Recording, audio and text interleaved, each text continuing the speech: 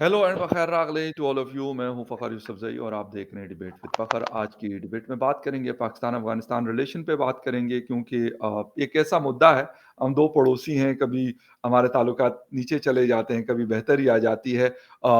Economy का भी बहुत बड़ा रोल है दोनों के ताल्लुकात में। पाकिस्तान को भी ज़रूरत है, अफगानिस्तान को भी ज़रूरत है, लेकिन हम उस लेवल पे नहीं पहुंच रहे जिस पे हमें पहुंचना चाहिए। दोनों की ज़रूरत है, लेकिन अनफॉर्चुनेटली नहीं पहुंच पा रहे। क्या वजूहात है, इस पे आज बात करेंगे। पाकिस्तान की इकोनॉमी भी है, उसको कोशिश करेंगे कवर करने की। लेकिन एक बहुत बड़ा एक डिजास्टर चल रहा है इस वक्त अमेरिका में, लॉस एंजलिस, जिसके हवाले से बड़ी सारी चीज़ें मशहूर है कि दुनिया के अमीर तरीन लोग वहाँ पे रहते हैं, और हॉलीवुड की मतलब मूवीज और उस चीज़ों में हम उसको देखते रहते हैं।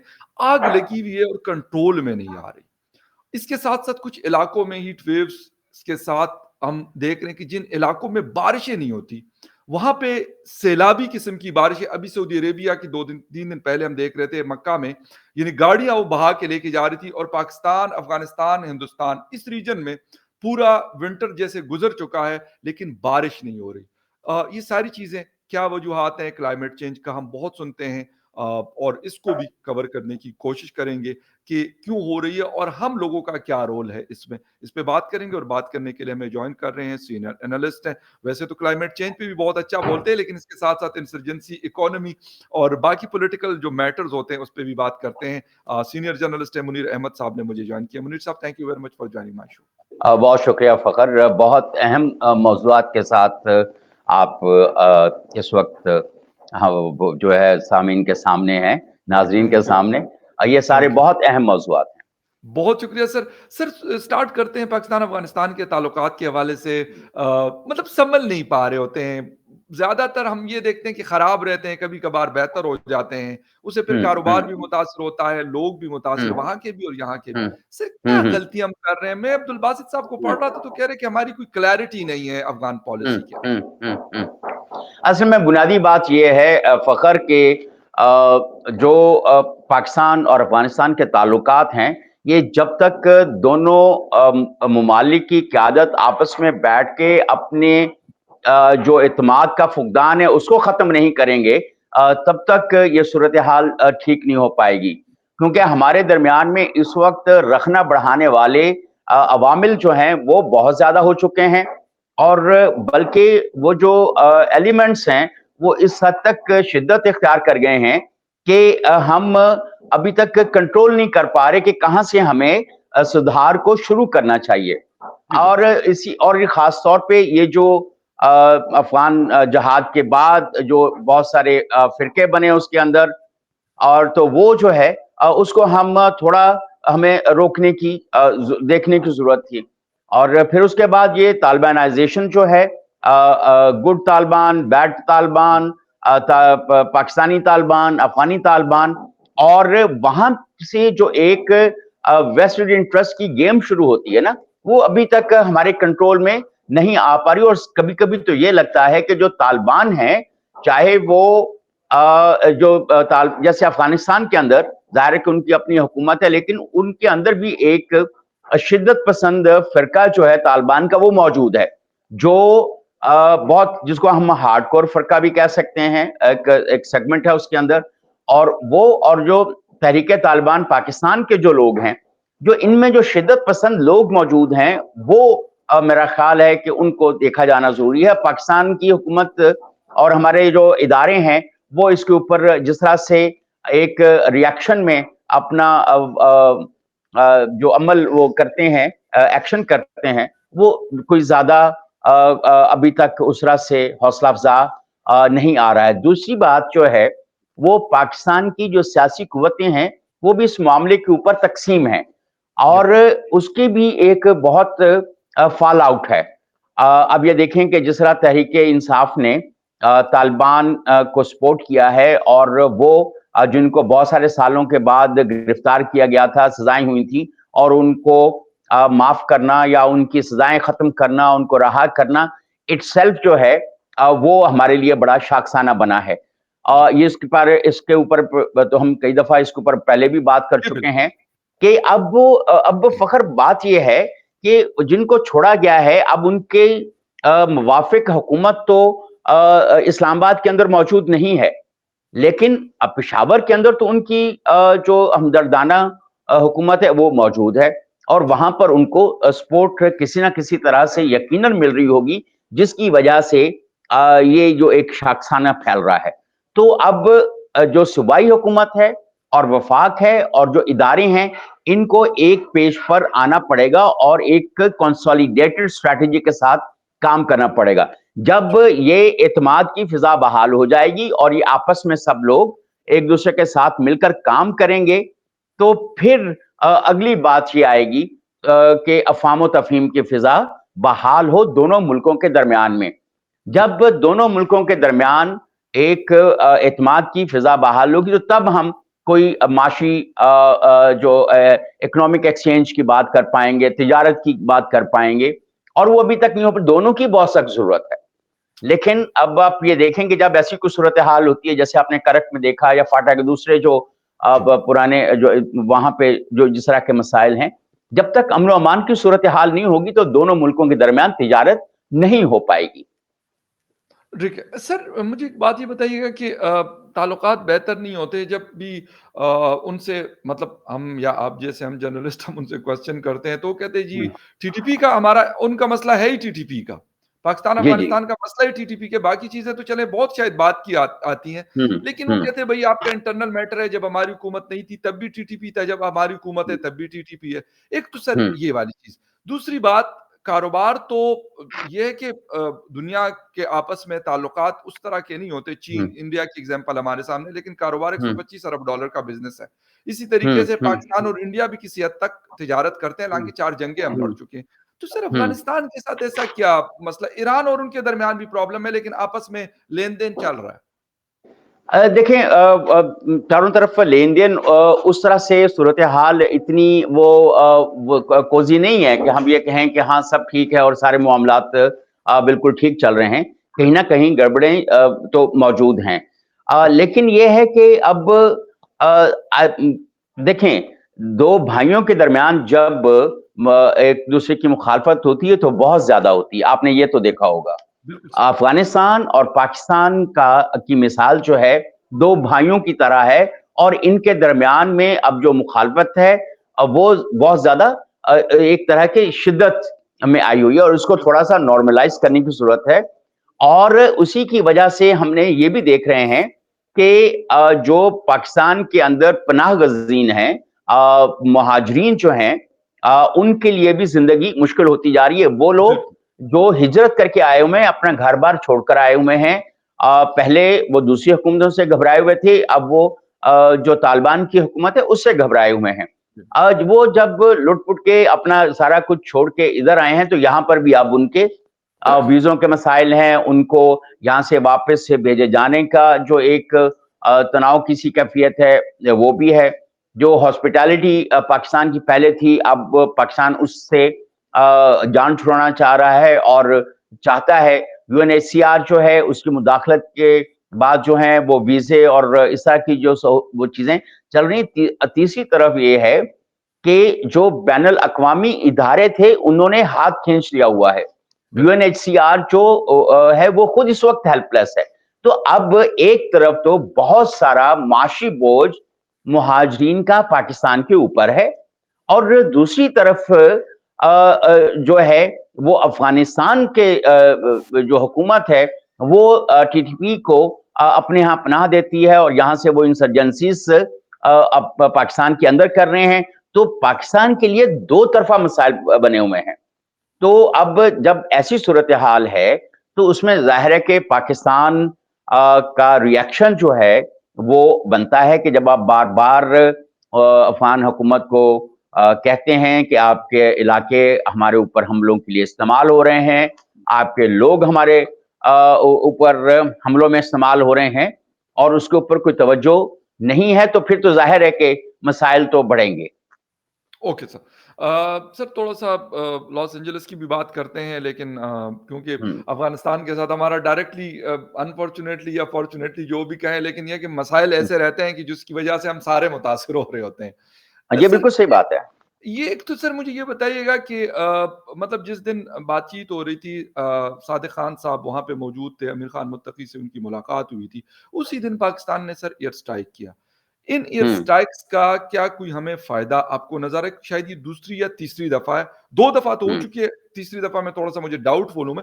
लेकिन इन एयर स्ट्राइक का हमें कोई फ़ायदा हो रहा है? उसके बाद हम देखते हैं कि वो मज़ीद हमारे खिलाफ हमले शुरू हो जाते हैं टीटीपी के और हम्म। हमारी फोर्सेस को बड़ा नुकसान उठाना पड़ रहा है, उनके लिए हम्म। शायद हम्म। सर्वाइवल मुश्किल हो जाती है।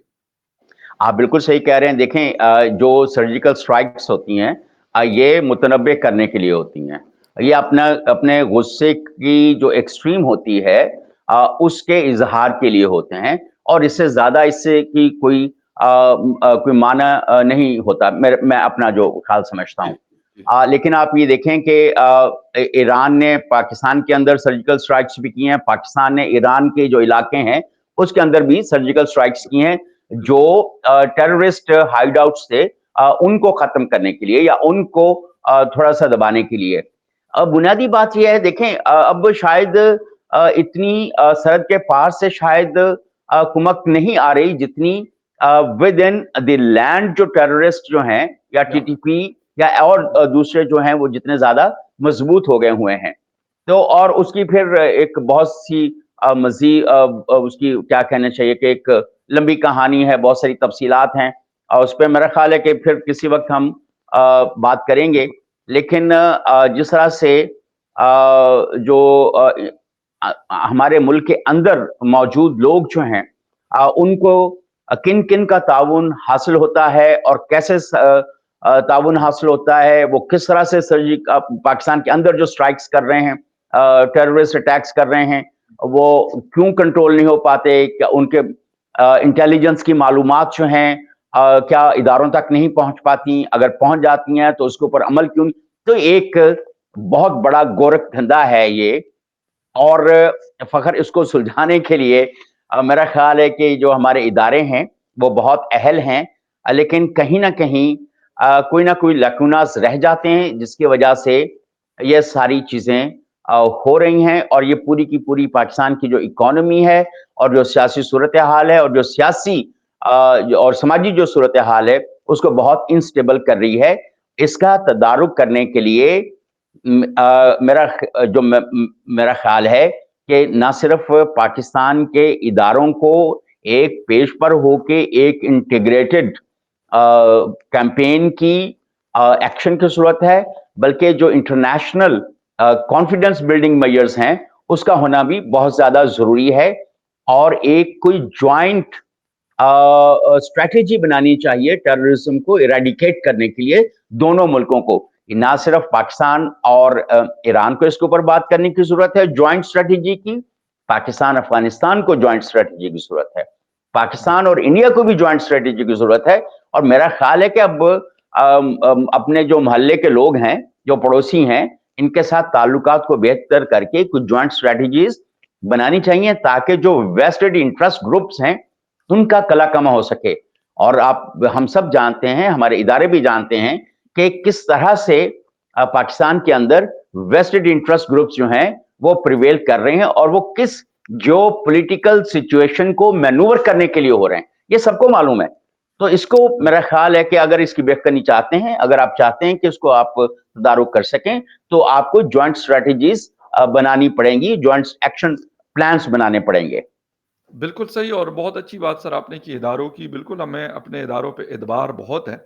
लेकिन मसला ये है कि वो शायद मसरूफ़ कहीं और होते हैं, सिर्फ़ और कोई मसला नहीं है कि वो का कोई एबल नहीं है इन चीज़ों को कंट्रोल करने के, एबिलिटीज़ है, उसपे कोई डाउट नहीं है, लेकिन शायद उनके पास टाइम नहीं है इन चीज़ों के लिए, ये सबसे बड़ा मसला होता है। और ग़ालिबन एक छोटी-सी बात मैं करूँगा, फिर लॉस एंजेलिस वाले इश्यू पे जाना चाहूँगा कि अफ़गानिस्तान को अगर हम हैंडल करें तो शायद हालात बेहतर हो सकते हैं। एज़ ए प्रोविंस वो हमसे कंट्रोल कभी भी नहीं होगा।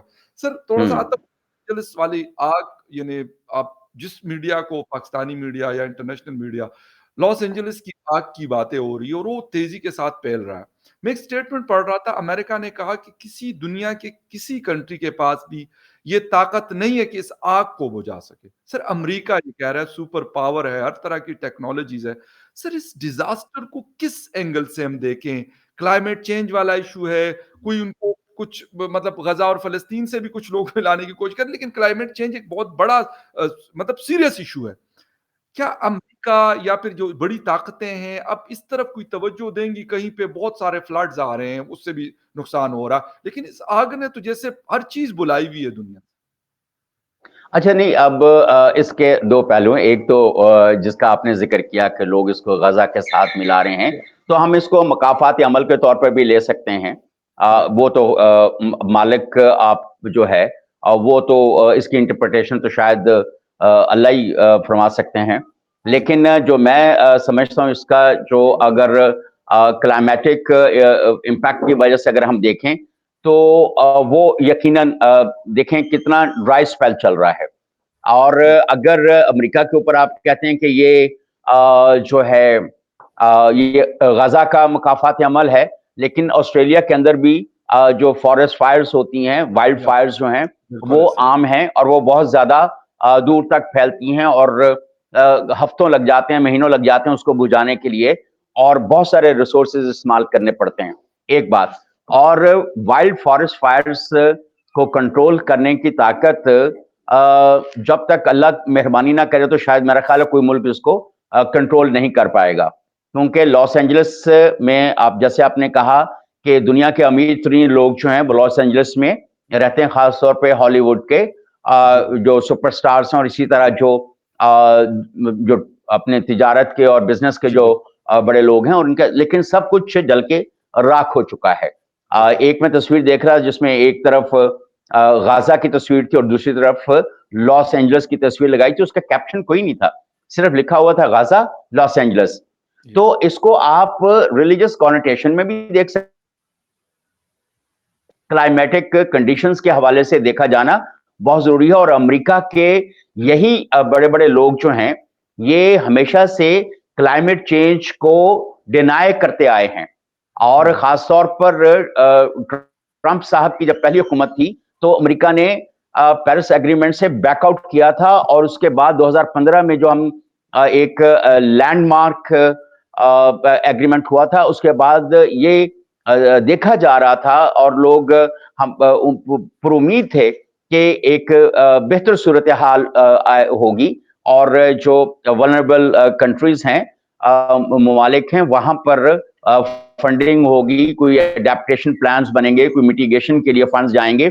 लेकिन जब अमेरिका ने बैकआउट किया, और अभी भी अमेरिका के जब इलेक्शंस हो रहे थे, तो ट्रंप ने कहा था कि अमेरिका क्लाइमेट एग्रीमेंट से निकल जाएगा, और इसको बिल्कुल जो भी नेगोशिएशंस हो रही हैं COP29 में, उनको वो बिल्कुल भी ऑन नहीं करेगा। नतीजा ये हुआ कि ना सिर्फ अमेरिका, चीन, जर्मनी और दूसरे बड़े मुल्क जो हैं 13, जो 70% कंट्रीब्यूट करते हैं ग्रीन हाउस गैस इमिशंस में, वो COP29 में नहीं आए। अब आप ये देखें कि एक तरफ अमेरिका के अंदर इतने बड़े बड़े डिजास्टर्स आते हैं, यूरोप के अंदर हीट वेव्स आती हैं, लैटिन अमेरिकन कंट्रीज जो हैं इस वक्त, साउथ अमेरिकन कंट्रीज, वो इस वक्त बहुत ज्यादा सफर कर रहे हैं हीट वेव से, जबकि दुनिया बर्फ को तरस रही है, और एक तरफ सर्दियां हैं। विंटर इतना कभी नर्म विंटर हमने इतना नर्म सर्दियां जो हैं, शायद इससे पहले नहीं थी हमारे। हाँ, बर्फबारी बहुत कम हुई है, और मुझे नहीं मालूम कि आने वाले दिनों में पानी की क्या सूरत हाल होगी। बर्फ होगी, पिघलेगी, तो पानी दरियाओं में जाएगा और लोगों को मिलेगा। ये तो एक सिर्फ पाकिस्तान की सूरत हाल है। लेकिन आप दूसरी तरफ देखें, जो विंटर है इस वक्त यूरोप के अंदर भी, वो कोई बहुत ज्यादा सख्त नहीं है, लेकिन अमेरिका के अंदर बर्फ का एक तरफ बर्फ का तूफान है, और दूसरी तरफ आग का तूफान है, जिस जी। तरफ सैलाब का तूफान है। सऊदी अरब में कभी हमने ये पिछले 2-4 साल से पहले कभी हमने इतने फ्लड्स का नहीं सुना था। यूएई में जो अरब रियासतें हैं, उसके अंदर हमने कभी फ्लड्स नहीं सुने थे, लेकिन अब वहां पर भी फ्लड्स आ रहे हैं। ये सारी क्लाइमेटिक कंडीशंस हैं, और इनका तदारुक बहुत ज्यादा जरूरी है। यहाँ पर आईपीसीसी एक लॉन्ग टर्म रिसर्च में इंगेज है। वहां पर हमें बहुत सारे अडेप्टिव मेजर्स, अडेप्टेशन प्लान्स बनाने पड़ेंगे, और उनको अपने जो लोग हैं उनको लेके चलना पड़ेगा। और इसके लिए बहुत सारा पैसा चाहिए। जिन्होंने इस दुनिया को तबाह करके पैसा बनाया है, अपनी ग्रीन हाउस गैस इमिशंस इतनी उन्होंने वो की हैं, तो मेरा ये ख्याल है कि उनको वहां से अब अपना पैसा निकाल के एडेप्टेशन प्लान्स में और मिटिगेशन प्लान्स के अंदर लगाना चाहिए। वो क्यों नहीं कमिटमेंट कर रहे, अपनी अपनी कमिटमेंट्स पूरी कर रहे? पेरिस एग्रीमेंट के तहत जो कमिटमेंट्स थी आज तक पूरी नहीं हो पाई हैं मुकम्मल तौर पे। लॉस एंड डैमेज फंड जो है वो 2 साल पहले पाकिस्तान की एक बड़ी सक्सेसफुल डिप्लोमेसी के बाद बना था, लेकिन लॉस एंड डैमेज फंड कहाँ है? एक COP29 तक हमें लॉस एंड डैमेज फंड कोई उसके आसार अभी तक नजर नहीं आए, बोर्ड कंप्लीट नहीं हुआ, और जो उसके अंदर पैसा आना था पैसा नहीं आया। 22 का अगर पाकिस्तान का फ्लड देखें, जो कमिटमेंट्स की गई थी उसकी 8-10% भी पूरी नहीं हुई। मतलब ये है कि जो कमिटमेंट्स की हैं उनको तो पूरा करें। हम $30 बिलियन की बात ही नहीं कर रहे, हम तो कह रहे हैं कि जितने दो जो चंद एक बिलियंस की डॉलर्स की जो कमिटमेंट्स हुई थी वो तो पूरी होनी चाहिए थी, वो भी बड़े मुल्कों ने नहीं की। जब तक देखें फखर, मैं 2 जुमलों के ऊपर कंक्लूड करूंगा कि अल्लाह का अपना एक इंसाफ का निजाम है। आपने इस्तेहसाल करके पैसा कमाया, और अगर आप वापस नहीं लगाना चाहते रिपेयर के लिए, तो अल्लाह आपसे खुद, मैं इसके ऊपर बहुत जो एक रिलीजियस फैक्टर है ना, बाकी साइंस के ऊपर मैं जितना यकीन रखता हूं वो तो मैं रखता ही हूं, लेकिन बहुत सारी साइंस जो है तब फेल हो जाती है जब कोई मखाफात अमल की बात आती है। अब आप समझ रहे हैं बात को, कि जिन लोगों को इस्तेहसाल किया उनको अपना कफारा अदा करने के लिए एटलीस्ट ग्रीन क्लाइमेट फंड के अंदर, लॉस एंड डैमेज फंड के अंदर कंट्रीब्यूट करना चाहिए, और उनको इस बात को मानना चाहिए कि क्लाइमेट बहुत तेजी से बदल रहा है। आईपीसीसी ने बहुत वक्त पहले यह कहा था कि 2030 से पहले पहले अगर हुकूमतें होश के नाखून ले लेंगी, अकल कर लेंगी, और कोई अच्छे मतलब अपने प्लान्स बना लेंगी अडेप्टेशन के, और ग्रीन हाउस गैस इमिशंस को कम कर लेंगी, नेट जीरो को इंप्लीमेंट कर लेंगी, तो दुनिया के बचने के इम्कानात हैं।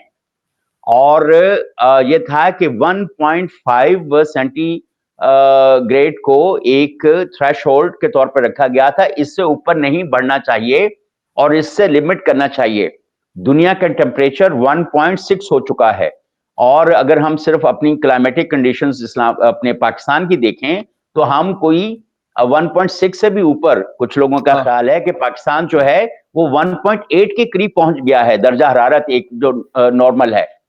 तो अब मुझे ये बताएं कि पाकिस्तान के अंदर सैलाब नहीं आएंगे तो क्या होगा, दुनिया के अंदर तबाही बर्बादी होगी तो क्यों ना हो, जब आप बिल्कुल भी इसके ऊपर इसका ख्याल नहीं रख पा रहे हैं।